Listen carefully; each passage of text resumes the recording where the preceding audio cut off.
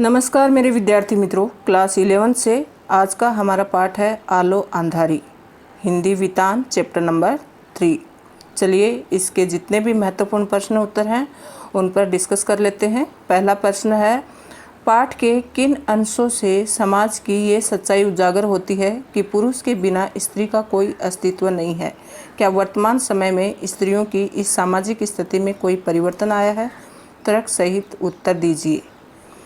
तो इसका उत्तर है, पाठ में ऐसे अनेक अंश हैं जिनसे ज्ञात होता है कि पुरुष के बिना स्त्री का कोई अस्तित्व नहीं है। पहला है, बेबी के प्रति उसके आस पड़ोस के लोगों का व्यवहार अच्छा नहीं था। वे सदा उससे पूछा करते थे कि उसका स्वामी कहाँ है। मकान मालकिन उससे पूछती थी कि वह कहाँ गई थी, क्यों गई थी। ये सब प्रश्न उससे पूछे जाते थे। मकान मालकिन का बड़ा बेटा उसके द्वार पर आकर बैठ जाता है और इस तरह की बातें कहता है जिनका अर्थ था यदि वह चाहे तब भी बेबी उस घर में रह सकती है।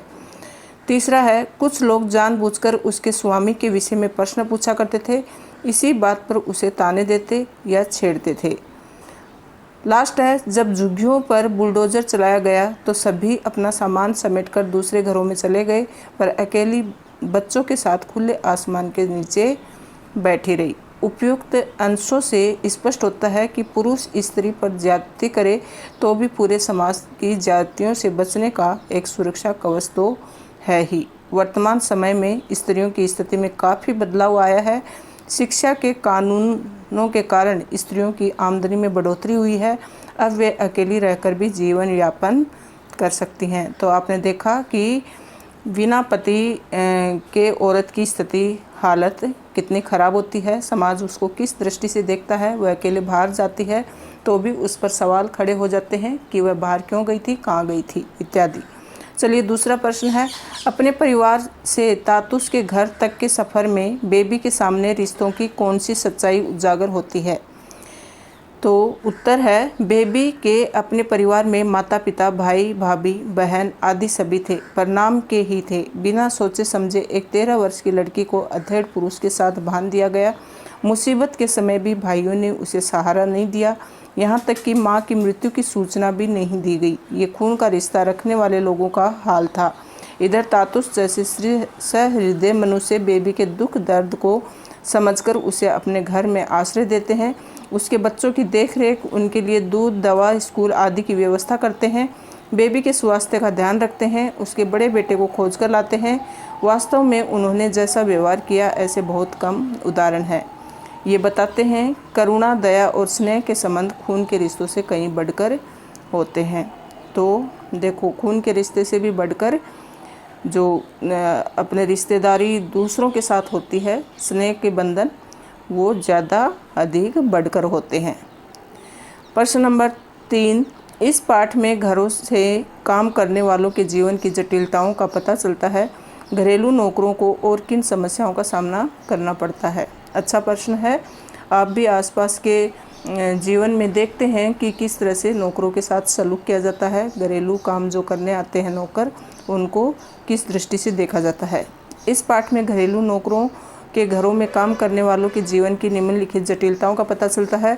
इन लोगों को आर्थिक सुरक्षा नहीं मिलती। इन्हें गंदे व सस्ते मकान किराए पर मिलते हैं क्योंकि ये अधिक किराया नहीं दे सकते। इनका शारीरिक शोषण भी किया जाता है। इनके काम के घंटे भी अधिक होते हैं और अन्य समस्याएं हैं। आर्थिक तंगी के कारण इनके बच्चे अशिक्षित रह जाते हैं। चिकित्सा सुविधा व खाने के अभाव में ये अशिक्षित रहते हैं। चलिए अगला प्रश्न है, आलो अंधारी रचना बेबी की व्यक्तिगत समस्याओं के साथ साथ कई सामाजिक मुद्दों को समेटे है। किन्हीं 2 मुख्य समस्याओं पर अपने विचार प्रकट कीजिए। तो मतलब हर इंसान की व्यक्तिगत प्रॉब्लम तो होती है, साथ साथ कई सामाजिक मुद्दे भी उसको परेशान करते हैं। तो ऐसी कौन सी 2 बातें हैं जो इस पाठ से हमें सीखने को मिलती हैं?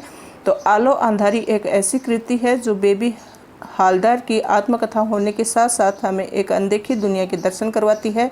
ये एक ऐसी दुनिया है जो हमारे पड़ोस में है, फिर भी हम इसमें झांकना अपनी शान के खिलाफ समझते हैं। कुछ समस्याएं हैं। पहला है परित्यक्ता स्त्री के साथ व्यवहार। ये पुस्तक एक परित्यक्ता स्त्री की कहानी कहती है। बेबी किराए के मकान में रहकर घरेलू नौकरानी का कार्य करके अपना जीवन निर्वाह करती है।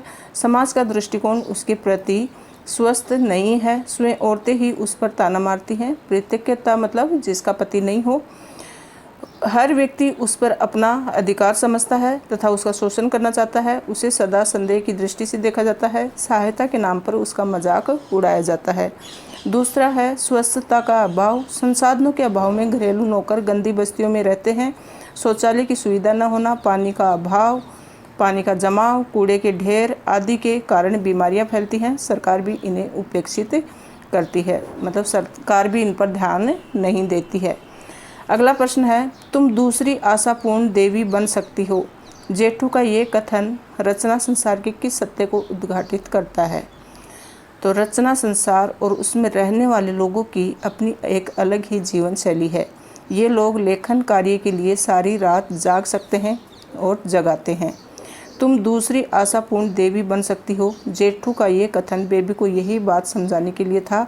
जेठू ने यह समझाया कि आशापूर्णा देवी भी सारा कामकाज निपटा कर रात रात भर चोरी चोरी लिखती थी। जब लोग सो जाते थे तब ये सच है, रचना संसार में लेखन का एक नशा होता है, जैसा मुंशी प्रेमचंद को भी था, जो कई मील पैदल चलकर आते।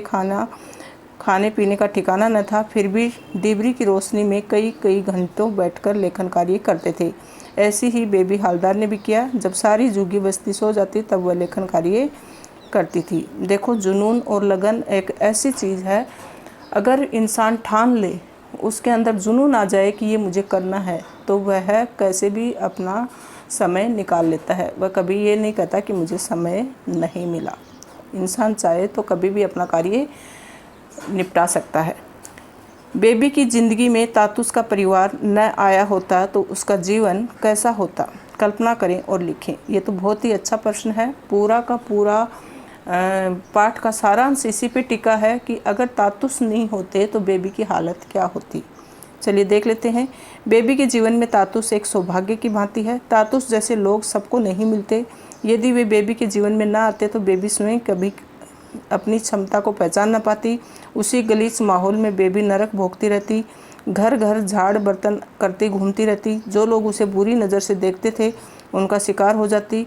उनके बच्चे कभी स्कूल का मुंह न देख पाते और शायद उसे सदा के लिए बिछुड़ जाते।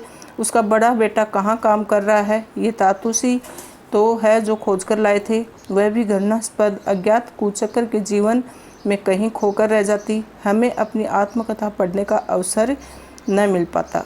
चर्चा करें प्रश्न पाठ में आए इन व्यक्तियों का देश के लिए विशेष रचनात्मक महत्व है। इनके बारे में जानकारी प्राप्त होती है।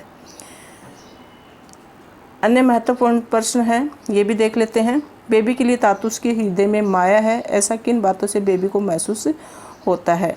तो तातुस ने बेबी को उसके बच्चों को पढ़ाने की प्रेरणा दी, मदद करके उन्हें स्कूल में प्रवेश दिलाया, उसे दूसरी कोठी में काम न करने की सलाह देकर उसकी सहायता करने का आश्वासन दिया। वे कहते तो कुछ न थे पर कुछ ऐसा करते कि बेबी को महसूस होता था। बेबी के प्रति ममता रखते थे, जैसे कभी कभी जब वह काम करने आती तो तातुस बर्तन पोंछ रहे होते। दूसरा प्रश्न है, तातुस ने बेबी के अंधेरे जीवन में आलोक फैला दिया। ये हम पढ़ चुके हैं कि किस तरह से तातुस ने बेबी की मदद की। अगला है, बेबी हालदार का जीवन संघर्ष से सफलता का संदेश देता है। बहुत ही अच्छा प्रश्न है। बेबी हालदार का जीवन इस बात की जीती जागती मिसाल है कि मनुष्य संघर्ष कर हर मुकाम को पा सकता है। पति की जातियों को सहने वाली लाखों स्त्रियां हमारे समाज में रहती हैं, जो निम्न, मध्यम और उच्च तीनों ही वर्गों में समान रूप से हैं। असल में बेबी जैसी स्त्रियां बहुत कम हैं जो अपने ऊपर विश्वास करके अत्याचारी पति को ठुकरा कर बाहर निकाल सके। उसके बाद समाज में ओछी बातों पर ध्यान न देकर चुपचाप जीवन जीना, अपने बच्चों को पालना, ये सभी बातें हमें प्रेरित करती हैं कि अन्याय को सहन मत करो, स्वयं में विश्वास रखो और सदा मेहनत करो। मेहनत कभी बेकार नहीं जाती। ये शिक्षा हमें बेबी हालदार आत्मकथा से मिलती है। बेबी हालदार सादगीपूर्ण जीवन की पक्षधर है, इस पर प्रकाश डालें। बेबी ने लिखा कि शर्मिला दी के पत्र कुछ अलग ही तरह के होते थे। एक पत्र में उन्होंने लिखा कि यदि तुम यहाँ आओ तो हम दोनों खूब सजेंगे, खूब नाचेंगे। तुम्हें सजना अच्छा लगता है कि नहीं? मुझे तो कभी कभी अच्छा लगता है। तुम मेरे लिए सजना, मैं तुम्हारे लिए सजेगी। हम एक दूसरे से मिलेंगे तो खूब हंसेंगे। ये बात बेबी को बहुत मज़ेदार लगी। अभी तक पत्र व्यवहार था। शर्मिला दी से मिली नहीं थी। बेबी को सजना धजना पसंद नहीं है। वह लिखती है कि उसने अनेक लड़कियों और बहुओं को सजते हुए देखा, पर उसे ये अजीब सा लगता है। ये देखकर अवाक रह जाती है कि औरतों को साड़ी और गहने का इतना मोह है, इसके लिए इतना लालच, इतना लोभ। इस जानकारी से हमें बेबी की ये विशेषता पता चलती है कि वह साधारण औरतों से अलग स्वभाव की है। उसे श्रृंगार रूपी बनावटीपन पसंद नहीं है। ये उसके मन की सादगी का परिचायक है। ये अच्छा प्रश्न है। इस प्रश्न के माध्यम से आपको ये पूछा जा सकता है कि आपने पाठ का विश्लेषण कितने गहन तरीके से किया है। तातुस के घर में रहने के बाद बेबी के बच्चों में क्या परिवर्तन आया और क्यों?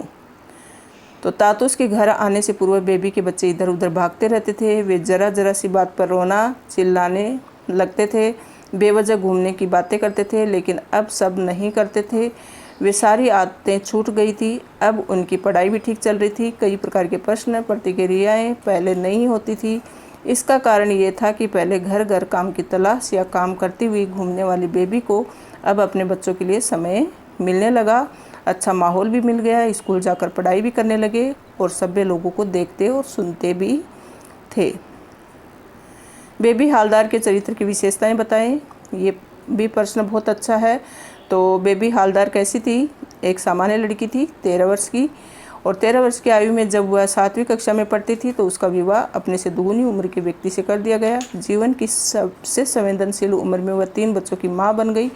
जातियों की वेदना जब असहनीय हो गई तब अपने तीनों बच्चों को लेकर घर से निकल गई। उसके जीवन की कुछ विशेषताएं हैं। कठोर जीवन। परिवार छोड़ने के बाद उसे समाज की ठोकरें, झुग्गियों में रहकर यातनाएं मिली। वह दुर्गापुर से फरीदाबाद आ गई। कुछ समय बाद वहां से गुड़गांव आ गई। घर घर कामकाज करती थी। दुनिया की उल्टी सीधी बातें मुंह और कान बंद करके सुनती थी। तातुस का स्नेह उसे एक ऐसे घर में काम मिला जो लोग बहुत अच्छे थे। घर के मालिक, जिन्हें बेबी तातुस कहती है, वे देवता के समान थे। उन्होंने बेबी के मन, इच्छा और रुझान को पढ़ने लिखने की तरफ मोड़ दिया। अगला है स्नेहमयी माता। बेबी हालदार को अपने बच्चों के भविष्य की चिंता रहती थी। वह तातुस की मदद से बच्चों को स्कूल भेजती। अपने बड़े लड़के के लिए वह व्याकुल रहती थी, जो किसी के घर में घरेलू नौकर था। तातुस उसे घर लाते हैं। तो ये था बेबी हालदार आत्मकथा से सारे प्रश्न, जो कि सारे ही प्रश्न बहुत अच्छे हैं और एग्ज़ाम में आने लायक हैं, और इन प्रश्नों के माध्यम से आपका रिवीजन भी बेहतर हो पाता है। इसके लिए प्रश्न उत्तरों की इन श्रृंखला के सभी वीडियो आप 1-2 बार अवश्य सुनें, ताकि आपकी तैयारी को मजबूती मिले। Thank you so much.